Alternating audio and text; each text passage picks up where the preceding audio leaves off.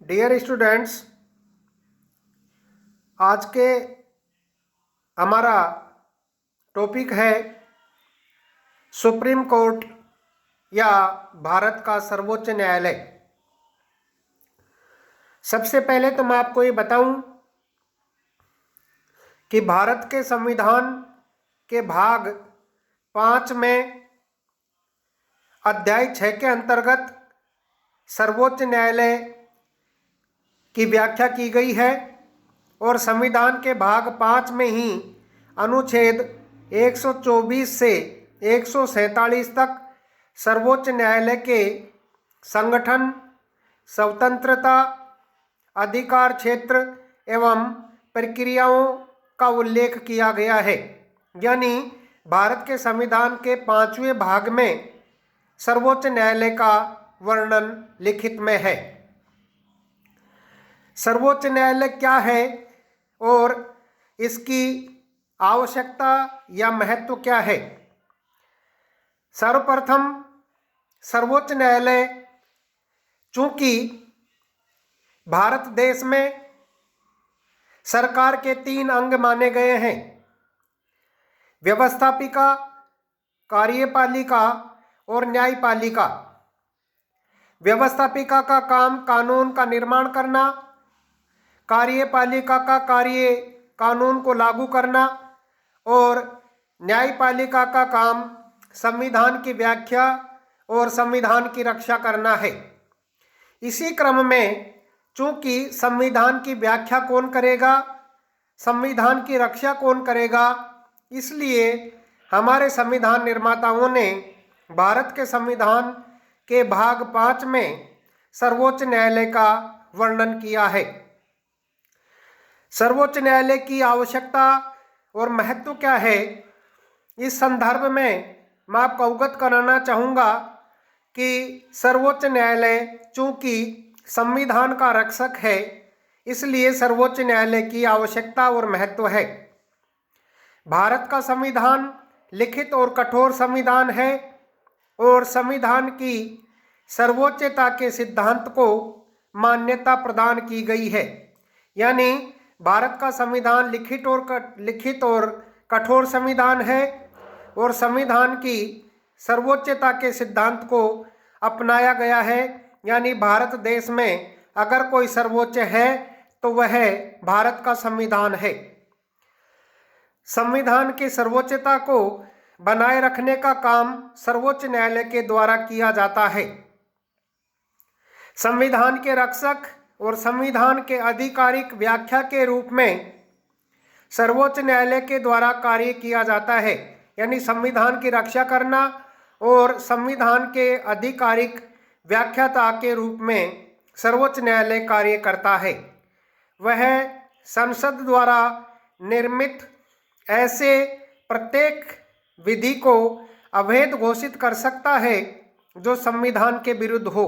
यानी सर्वोच्च न्यायालय ऐसे किसी भी कानून को अवैध घोषित कर सकता है या संसद द्वारा निर्मित ऐसे प्रत्येक कानून या विधि को अवैध घोषित कर सकता है जो संविधान के विरुद्ध हो।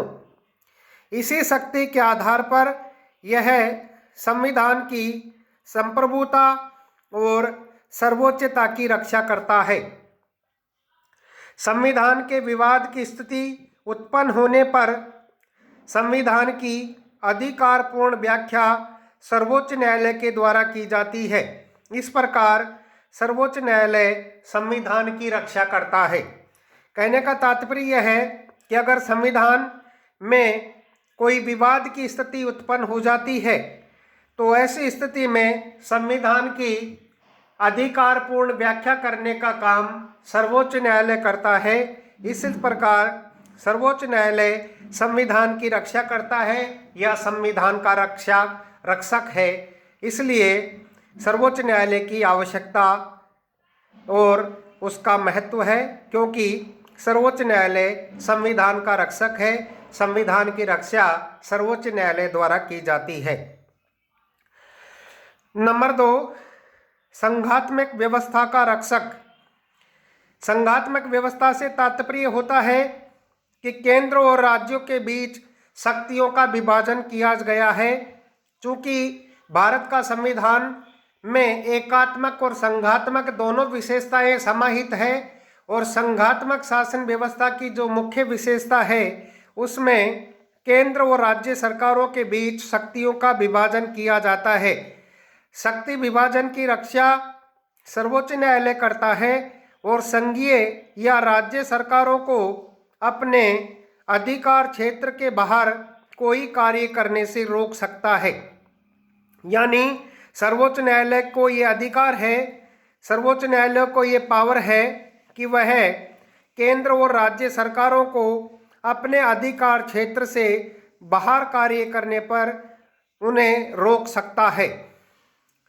केंद्र और राज्यों के बीच अनेक विषयों पर विवाद उत्पन्न होने की स्थिति में उनका निपटारा एक सर्वोच्च न्यायालय द्वारा ही किया जाता है। इसलिए संविधान की आवश्यकता और महत्व है, यानी संघात्मक व्यवस्था का रक्षक भी भारत का सर्वोच्च न्यायालय ही होता है।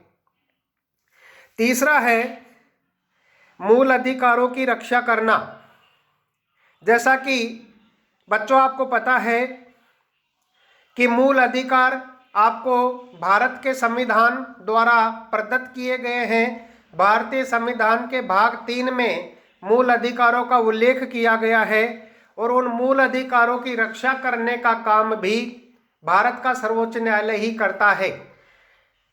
भारतीय संविधान द्वारा नागरिकों को जो मूल अधिकार प्रदान किए गए हैं उनकी रक्षा सर्वोच्च न्यायालय ही करता है।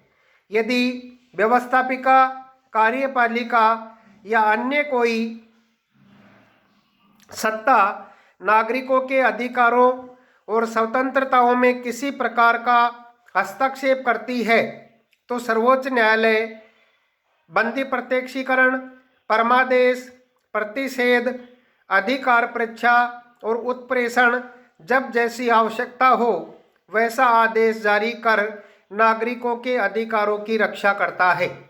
यानी भारत के संविधान के द्वारा आपको जो मूल अधिकार प्रदान किए गए हैं, अगर उनका किसी सत्ता के द्वारा उल्लंघन होता है या आपके मूल अधिकारों पर कोई अतिक्रमण करता है तो संविधान के अनुच्छेद 32, जिसको संविधान की आत्मा कहा गया है, उसके द्वारा संवैधानिक उपचारों के अधिकार के द्वारा सर्वोच्च न्यायालय आपके मूल अधिकारों की रक्षा भी करता है। इसलिए सर्वोच्च न्यायालय की आवश्यकता और महत्व है। तो इन कारणों से सर्वोच्च न्यायालय की आवश्यकता और महत्व अधिक है, क्योंकि संविधान की रक्षा करें, चाहे संघात्मक व्यवस्था की बात करें, चाहे मूल अधिकारों की बात करें, ये समस्त कार्य सर्वोच्च न्यायालय ही करता है। इसलिए सर्वोच्च न्यायालय की आवश्यकता और महत्व है। अब नेक्स्ट है सर्वोच्च न्यायालय का गठन। अनुच्छेद 124 जनवरी 1950 में फेडरल संघीय न्यायालय के स्थान पर सुप्रीम कोर्ट, उच्चतम न्यायालय नाम हुआ, जिसमें 7 न्यायाधीश व 1 मुख्य न्यायाधीश, कुल 8 न्यायाधीश थे, कुल 8 जज थे। यानी 1900 जनवरी 1950 से पहले सर्वोच्च न्यायालय का नाम फेडरल न्यायालय था, जिसके स्थान पर जनवरी 1950 में सुप्रीम कोर्ट या इसको उच्चतम न्यायालय का नाम दिया गया, जिसमें 7 न्यायाधीश और 1 मुख्य न्यायाधीश, कुल न्यायाधीशों की संख्या 8 थी। वर्तमान में 30 न्यायाधीश या 30 जज और 1 मुख्य न्यायाधीश, कुल 31 न्यायाधीश भारत में हैं। सुप्रीम कोर्ट के प्रथम मुख्य न्यायाधीश हीरालाल कानिया थे, और वर्तमान में न्यायाधीश, ये जो वर्तमान न्यायाधीश है वो 46वें न्यायाधीश हैं। न्यायाधीशों की योग्यता, वह भारत का नागरिक हो, नंबर 1 भारत का नागरिक होना चाहिए। नंबर 2 वह किसी उच्च न्यायालय अथवा ऐसे 2 या 2 से अधिक उच्च न्यायालयों में लगातार कम से कम 5 वर्ष तक न्यायाधीश के रूप में कार्य कर चुका हो। दूसरी उसकी योग्यता है कि वह किसी उच्च न्यायालय अथवा 2 या 2 से अधिक उच्च न्यायालयों में कम से कम लगातार 5 वर्ष तक जज के रूप में, न्यायाधीश के रूप में कार्य कर चुका हो। वह सर्वोच्च न्यायालय का न्यायाधीश बनने की योग्यता रखता है। या किसी उच्च न्यायालय अथवा न्यायालयों में लगातार 10 वर्ष तक अधिवक्ता एडवोकेट रह चुका हो। तो 5 साल तक तो किसी भी उच्च न्यायालय में न्यायाधीश रहा हो, या 10 साल तक लगातार वकील या अधिवक्ता रहा हो। और राष्ट्रपति की नज़र में वह पारंगत विधिवेत्ता हो, यानी लॉयर एक्सपर्ट होना चाहिए। ऐसे व्यक्ति को भारत का न्यायाधीश बनाया जा सकता है। ये न्यायाधीशों की योग्यता है, जिसका वर्णन अनुच्छेद 124 में किया गया है। नेक्स्ट है कार्यकाल। मुख्य न्यायाधीश या जज 65 वर्ष की आयु तक अपने पद पर रह सकते हैं। शपथ मुख्य न्यायाधीश और जजों को शपथ या ओथ राष्ट्रपति दिलाता है। नियुक्ति प्रक्रिया, किस तरह से इनकी नियुक्ति होगी न्यायाधीशों की। पहला संवैधानिक प्रावधान है, राष्ट्रपति द्वारा मुख्य न्यायाधीश के परामर्श से उच्चतम न्यायालय के जजों की नियुक्ति की जाती है, तथा जजों में से वरिष्ठता के आधार पर राष्ट्रपति मुख्य न्यायाधीश की नियुक्ति करता है। ये भारत के संविधान में प्रावधान है कि राष्ट्रपति मुख्य न्यायाधीश के परामर्श से उच्चतम न्यायालय के अन्य न्यायाधीशों की नियुक्ति करेगा, और इन जजों में से जो सबसे सीनियर होता है, वरिष्ठता के आधार पर राष्ट्रपति उस जज को मुख्य न्यायाधीश के रूप में नियुक्त करता है। 1998 से कोलेजियम व्यवस्था जजों द्वारा प्रारंभ की गई।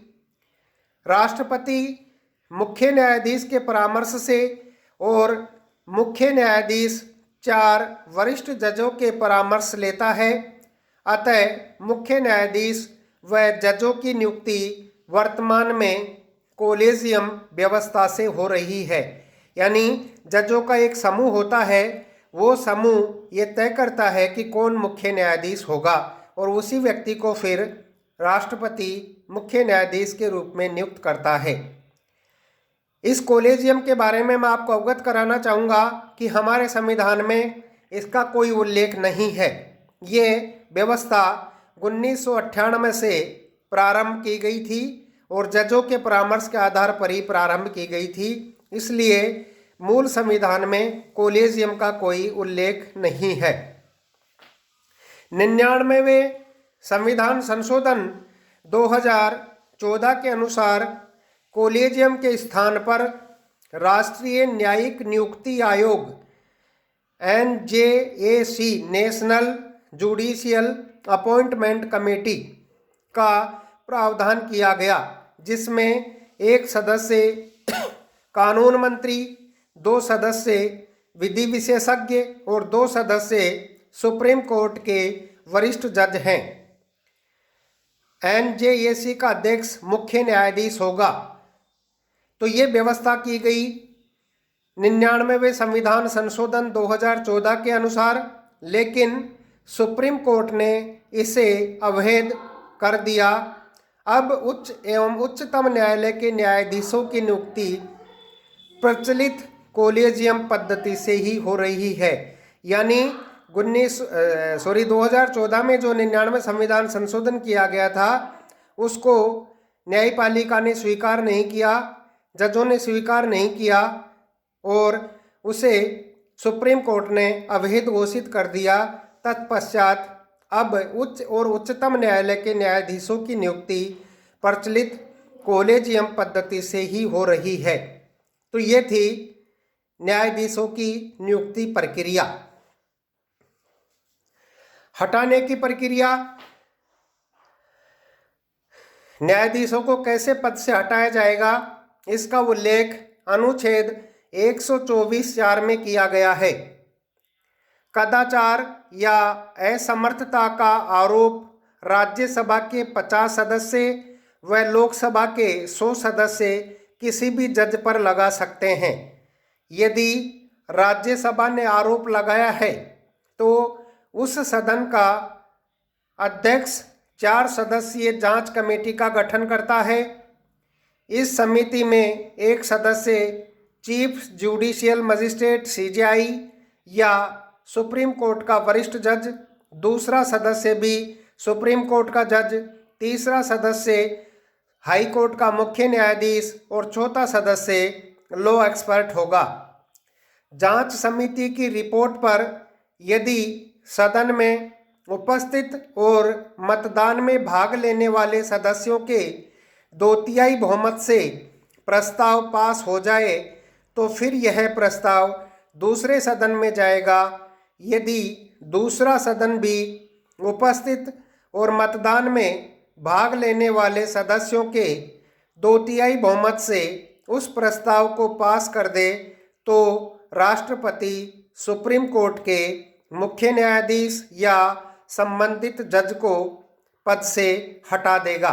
यानी संसद के दोनों सदनों द्वारा अलग अलग संसद में उपस्थित और मतदान में भाग लेने वाले सदस्यों के 2/3 बहुमत से अगर प्रस्ताव पास हो जाता है तो राष्ट्रपति मुख्य न्यायाधीश या संबंधित जज को पद से हटा देगा।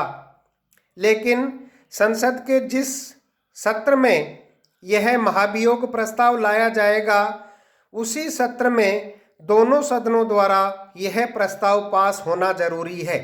यानी एक सत्र में ही, संसद के साल में 2 सत्र होते हैं कम से कम, आवश्यकता होने पर 2 से अधिक भी बुलाए जा सकते हैं, और जिस सत्र में एक सदन ने जिस महाभियोग प्रस्ताव को पास किया है उसी सत्र में दूसरा सदन भी उस महाभियोग प्रस्ताव को पास करेगा तो ही जज को पद से हटाया जा सकता है, अन्यथा यह प्रस्ताव समाप्त हो जाएगा। नोट: 1993 में सुप्रीम कोर्ट के जज वी रामास्वामी के खिलाफ लोकसभा में महाभियोग प्रस्ताव प्रस्तुत हुआ था, लेकिन आगे कोई प्रक्रिया नहीं हुई। अतः ये कहा जा सकता है कि अभी तक किसी न्यायाधीश के खिलाफ महाभियोग का प्रस्ताव नहीं लाया गया।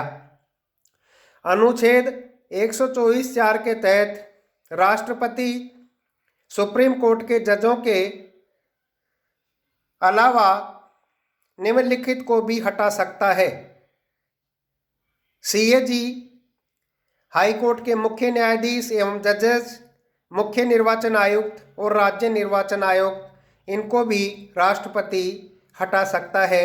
इसका उल्लेख भी अनुच्छेद 124(4) में किया गया है। तो ये था सर्वोच्च न्यायालय की आवश्यकता, सर्वोच्च न्यायालय के न्यायाधीशों की योग्यता, कार्यकाल, शपथ, नियुक्ति प्रक्रिया और उन्हें पद से हटाने की प्रक्रिया। इसका आगे नेक्स्ट वीडियो में बताऊंगा। अभी तक आपके कोई प्रश्न या कोई जिज्ञासा है तो आप मुझसे पूछ सकती हैं। धन्यवाद।